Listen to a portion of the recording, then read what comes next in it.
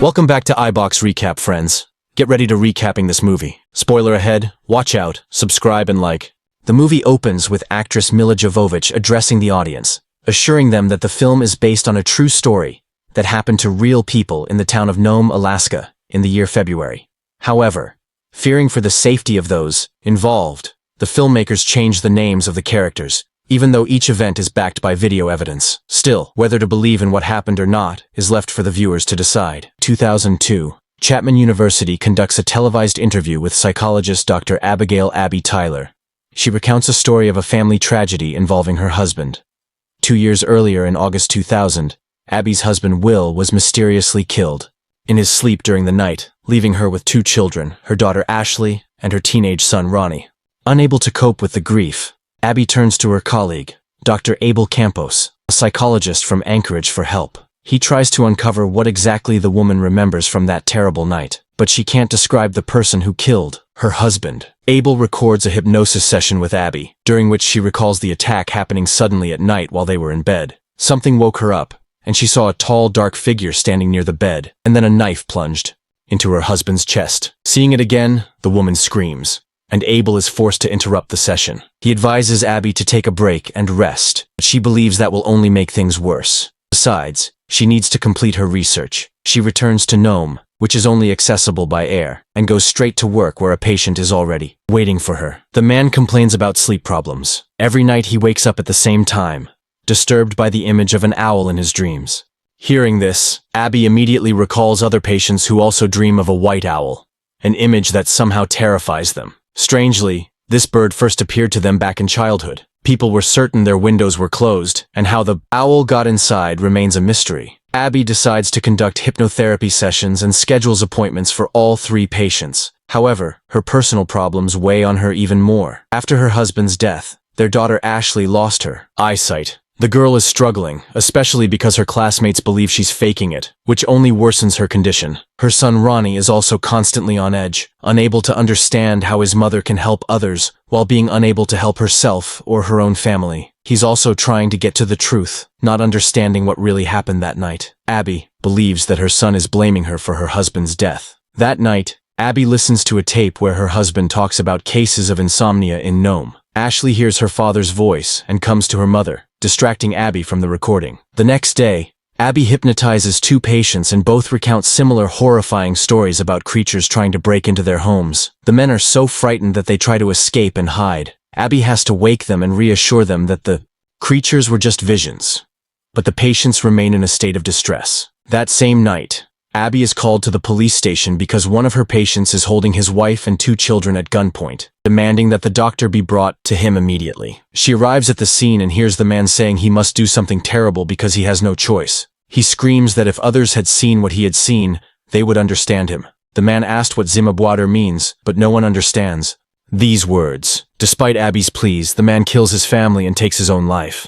The sheriff interrogates Abby and she tells him about the owl, but the man doesn't understand what could be frightening about a bird. He accuses Abby of using hypnosis, which he believes led to the tragedy. Abby tries to prove that terrible things are happening in the town, but the sheriff refuses to consider anything supernatural. She reminds him that he still hasn't solved her husband's murder. So what can be said about unexplained phenomena? The sheriff orders her to stop her psychological experiments on people. That night, Abby tries to analyze what happened, and remembers the man who died saying that the owl no longer appeared, as if it had been a false memory. The next day, Abel flies in to see her, worried about her condition, and urges her to stop her investigation. But Abby cannot stop, otherwise, people will continue to suffer. She agrees to his request to become involved in her work. That day, her second patient, Scott, arrives, and his symptoms completely match the visions of the man who died. Scott's wife is worried, and asked Abby to conduct a hypnosis session to determine whether her husband might be in similar danger. Abby and Abel conduct a hypnosis session. Scott says he sees an owl that doesn't look like a normal bird.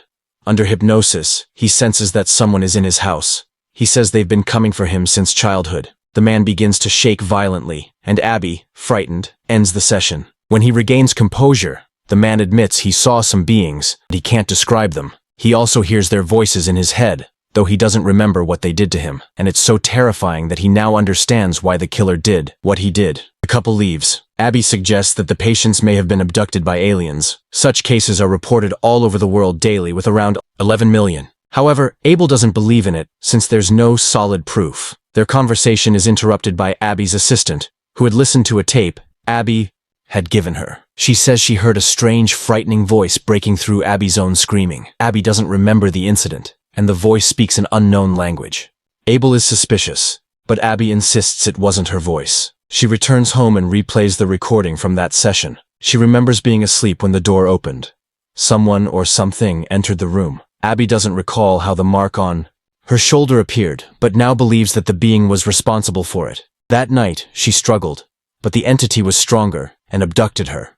Remembering this, Abby checks the floor and sees scratch marks, confirming her memory of clinging to the boards was real. She tries to focus and make sense of everything, but she can't identify the language on the tape. Abby contacts Dr. Oluo Odusami, a specialist in ancient languages who had known her late husband, to help determine the origin of the mysterious language spoken during the suspected abductions. Odusami listens to her story and eventually flies to Nome. After listening to the recording, Odusami identifies the language as ancient Sumerian. He is able to recognize a few words, our creation, to study and completely destroy, but he can't fully translate the entire phrase spoken by the unknown being. This language is the oldest in human history, and it's strange that it would suddenly resurface in modern times. Odusami is disturbed by what the aliens might have done to Abby, and he points out that the voice on the tape is not human. Abel still refuses to believe these theories. Odusami shares his findings and recommends visiting any Sumerian exhibition, where they'd see depictions of rockets flying into the sky and sculptures of figures wearing helmets and suits created long before the pyramids. The Book of Genesis, he says, contains content far beyond the understanding of modern people and was written 6,000 years before the Bible. Noah's Ark derives from the Sumerian flood story, and tales of alien visitors are reflected in Sumerian history. He works with facts, even though he doesn't know how it all connects. Their conversation is interrupted by a call from Scott's wife, urgently requesting Abby's presence. Scott confesses that there was no owl and speaks of them, but remembers nothing else. He begs Abby to hypnotize him again so they can uncover the truth. Under hypnosis, Scott suddenly levitates above the bed. A voice speaking through him in Sumerian orders Abby to stop her research. The video feed cuts out, so Abel is unable to record what's happening. The man convulses violently, and Abby, terrified, pulls him out of the trance. She rushes home and tells her children to pack. They are leaving. But just then, the sheriff bursts into the house and reports that Scott has been left paralyzed from the neck down. Believing Abby is responsible, the officer tries to arrest her. Abel steps in to defend Abby and confirms her story. The sheriff places Abby under house arrest. The police leave, assigning one officer to watch the house. In the OTO 2002 interview, Abby explains that there are 4 classified types of contact. The first kind is when a person sees a UFO. The second is when there's physical evidence, like crop circles. The third kind is direct contact with aliens, but the most terrifying is the fourth kind, when a person is abducted, and it happens everywhere. People simply don't remember it because they've been made to forget. The action returns to the year February. The remaining officer sits in his car, keeping watch on Abby's house, when a large black triangular object appears in the sky. The video distorts, but the man is heard screaming and calling for backup. Reinforcements soon arrive. The police, led by the sheriff, burst into the house. They find Ronnie and Abby, who is screaming that Ashley was taken through a beam of light. The disbelieving and enraged sheriff accuses Abby of abducting her daughter and removes Ronnie from her custody. Abby then decides to undergo hypnosis herself in an attempt to contact the beings and reunite with her daughter. Abel and Odusami record the session on video. Abby also mentions the owl. Suddenly, she begins to scream. The camera shakes, sounds of violence are heard, and Abby sees some kind of device digging into her shoulder. Then a harsh voice yells that the child will remain with him because he is God. Odusami translates the last phrase as, the spirit from which you cannot escape. The film returns to Abby's interview in which she explains that all 3 of them were abducted during the hypnosis session, and none of them remembers what happened, but they were returned that same night. Abby admits that she then felt something beyond human comprehension, and that feeling was hopelessness, so it couldn't have been God. After the hypnosis session, Abby wakes up in a hospital having broken her neck during the abduction.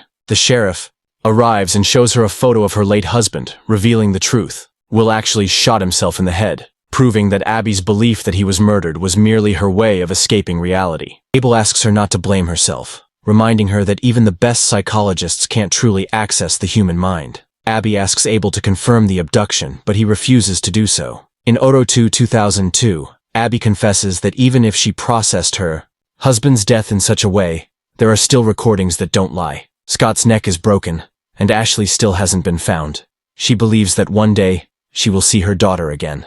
The broadcast ends, and it becomes clear that Abby is now paralyzed due to her neck injury. The host explains that Nome has been visited by the FBI more than 2,000 times, yet no cases were ever officially open. Dr. Abel remains a practicing psychologist, and Otosami becomes a professor at a university in Canada. Both men, along with the sheriff, refused to participate in the film. Meanwhile, Abby's son Ronnie, now 22, still blames his mother for his sister's disappearance and rarely sees her.